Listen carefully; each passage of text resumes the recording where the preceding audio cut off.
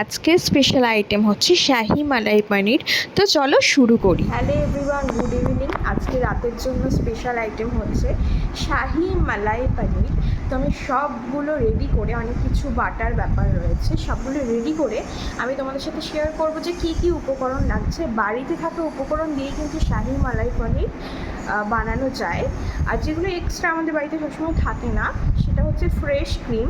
আমি সবটাই দেখাবো যে রান্নাতে কী কী লাগছে। শাহি মালাই পনিরের জন্য নিয়ে নিয়েছে আমুলের পনির।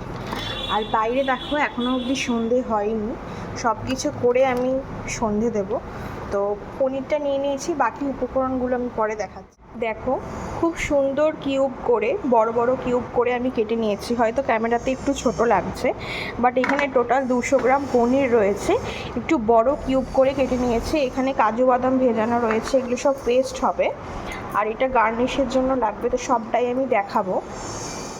এরপর আমরা পনিরটা হালকা ভেজে 30 মিনিট নুন জলে ভিজিয়ে রাখবো। তেল আমি দিয়ে দিয়েছি সাদা তেল। এখানে পনিরটা হালকা করে ভাজবো, ভেজে নুন জলে ভিজিয়ে রাখতে হবে। নিয়ে নিয়েছি, জলের মধ্যে নুন দিয়ে দিচ্ছি।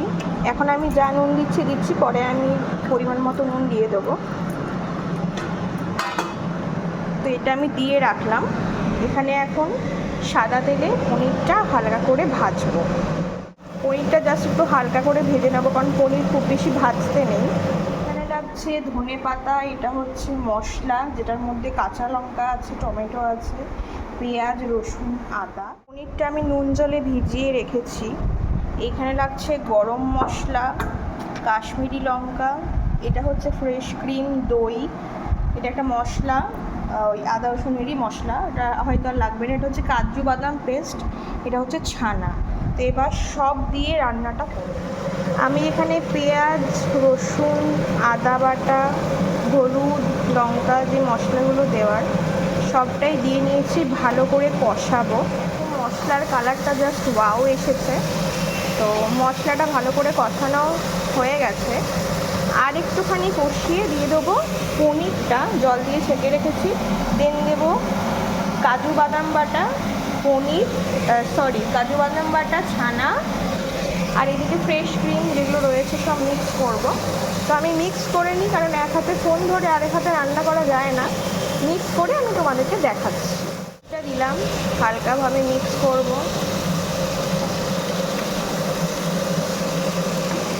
দই দিলাম, কাজু বাদাম বাটা দিলাম, এখানে দিয়ে দিচ্ছি পনির। ভালো করে মিক্স করে নিই, তারপর আবার তোমাদের দেখাচ্ছি। দেখো জাস্ট ওয়াও এসেছে। আর এখানে কিন্তু প্রত্যেকটা পনির গোটা আছে। আমি যেহেতু ছানাটা অ্যাড করেছি, তাই গ্রেভিটা এতটা ঠিক হয়েছে রেস্টুরেন্টের মতো। তো এটা ভালো করে গার্নিশ করে তোমাদের আমি দেখাবো। তো আমার বানানো শাহি পনির একদম রেডি হয়ে গেছে। জাস্ট ওয়াও হয়েছে। আমি একটু টেস্ট করে দেখলাম। দেখো তোমরা যারা যারা পনির খেতে ভালোবাসো অবশ্যই চলে এসো। আর এই রান্নাটা কিন্তু বেশি কিছু সময় লাগে না, আধ ঘন্টা সময় লাগে। তোমরা যদি এই রান্নাটা ডিটেলসে রেসিপি চাও, কমেন্ট করবে, আমি তোমাদের একদম সহজভাবে রেসিপি দিয়ে দেবো। দুর্দান্ত খেতে হয়েছে, একদম রেস্টুরেন্টের মতো।